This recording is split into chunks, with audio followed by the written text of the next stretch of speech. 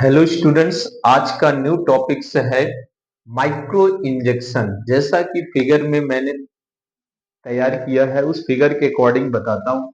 Micro injections क्या होता है? ये माइक्रो मैनिपुलेटर की सहायता से कोशिकाओं कोशिकाओं में उपस्थित केंद्रक को निषेचित एग्स यानी अंडे के प्राक केंद्रक तथा एक या द्विकोशिकी भ्रूण को हम फॉरेन डीएनए की सहायता से या उसकी तकनीक से माइक्रो इंजेक्शन द्वारा पहुंचाते हैं।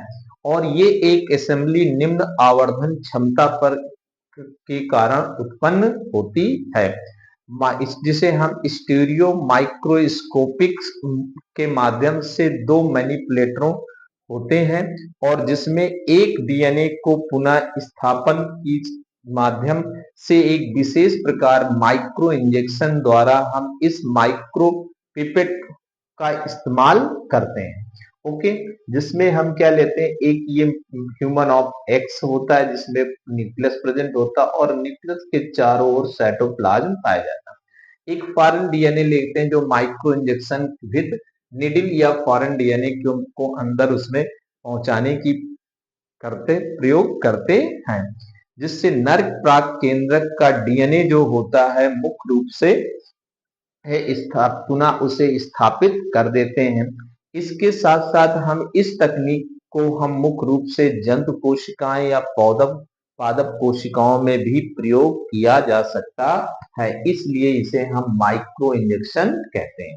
ओके, नेक्स्ट हमारा क्वेश्चन और बहुत वेरी वेरी मोस्ट इंपॉर्टेंट आ जाता है, जिसे हम माइक्रो प्रोजेक्टाइल या बायोलॉजिक या पार्टिकल ऑफ बम्बार्डमेंट गन के नाम से जानते हैं। ये भी एक ऐसी टेक्निक होती है जिसका प्रयोग सर्वप्रथम क्या किया था है। ये इस प्रकार की तकनीक होती जिसमें टंगस्टन की बनी एक स्वर्ण भारी धातु होती है जो उससे लेपित की होती है। इसमें हम डीएनए एक फॉरेन डीएनए को अत्यधिक माध्यम से लेपित करके अपकर्षण कोशिकाओं में प्रवेश करते हैं।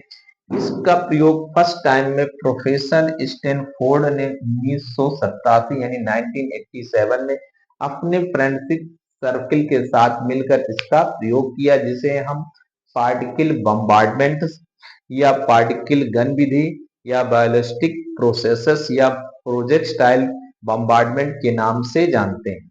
ओके, अब इसकी विधि जो मेथड दे रखी हम क्या करते हैं, माइक्रो प्रोजेक्टाइल जो प्रोसेस होती है हीलियम गैस भरी होती है। इसमें गैस सिलेंडर उपस्थित होता है जो 1 से 3 माइक्रोन मीटर के व्यास का बना होता है। इसमें टारगेट सेल के रूप में वर्क करते हैं। इसमें टारगेट प्लांट कोशिकाओं के रूप में हम वर्कआउट करते हैं, जिसमें पादप में उपस्थित कोशिकाओं को एक कोशाभित्र को भेद कर उसे प्रोटोप्लास्ट के अंदर प्रवेश कराया जाता है। इस तकनीकी में हम पौधों में अधिक उपयोग करने वाली मेथड्स विधि या पुनर्योजन नहीं किया जा और ना ही हम एग्रोबैक्टीरियम के साथ कर सकते हैं। इसके साथ कुछ अन्य पौधों में जैसे दे रखा है इलियम सेपा है, यानी हमारा प्याज है, चावल है, गेहूं है, मक्का है, जौ है, जोंडी है और जीवाणु कोशिका तथा मानव की जंतु कोशिकाओं में भी इसको हम प्रयोग